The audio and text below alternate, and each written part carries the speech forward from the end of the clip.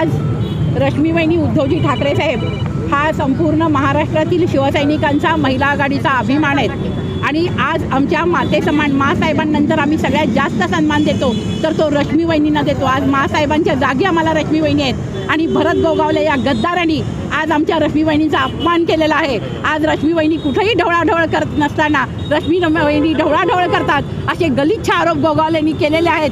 त्या आरोपाला सडेतोड उत्तर देण्यासाठी आज हे आंदोलन घेतलेलं आहे। आज गोगावलेंना बांगड्यांचा आहेर आणि चपलांचे हार घालण्यासाठी आज महिला आघाडी आणि शिवसेनेच्या वतीने हे आंदोलन घेण्यात आलेलं आहे।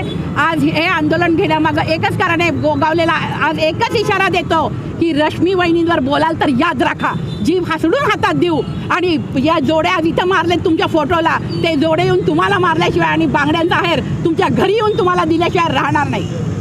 महाराष्ट्राचे श्रद्धास्थान असलेले आमचे रश्मीवहिनी ठाकरे यांच्याबद्दल आता ज्यांनी मातोश्रीचं खाऊन मातोश्रीशी गद्दारी करून जे आज गद्दार गटामध्ये गेलेले आहेत अशा एका व्यक्तीने आमच्या सन्माननीय वहिनीसाहेबाबद्दल असं वक्तव्य करणं म्हणजे हे संपूर्ण स्त्री जातीचा अपमान आहे। कारण एक महिलेविषयी आज उद्धव साहेबांचे आणि रश्मीवहिनीचं हे पक्षासाठी जो योगदान आहे ते खूप मोठं आहे आणि रश्मीवहिनी आजपर्यंत या पक्षाच्या राजकारणामध्ये कधीच ढवळाढवळ केलं नाही। पण असं असताना तुम्ही तुमचं चाटुगिरी आणि तुम्हाला काहीतरी तिकडं मिळावं ह्यांच्याविरुद्ध बोलल्यावरती ह्यासाठी जर तुम्ही रश्मीवहिनीबद्दल जर बोलत असाल तर आज शिवसेना महिला आघाडीच्या वतीनं तुम्हाला बांगड्याचा आहेर केलेला आहे आणि जोडेमार केलेला आहे। जर इथून पुढे असं तुम्ही वक्तव्य केलात तर शिवसेनेच्या वतीनं जिथं जिथं भारत गोगावले येईल तिथं आम्ही संपूर्ण महाराष्ट्रामध्ये काळा बसल्याशिवाय आम्ही स्वस्थ बसणार नाही।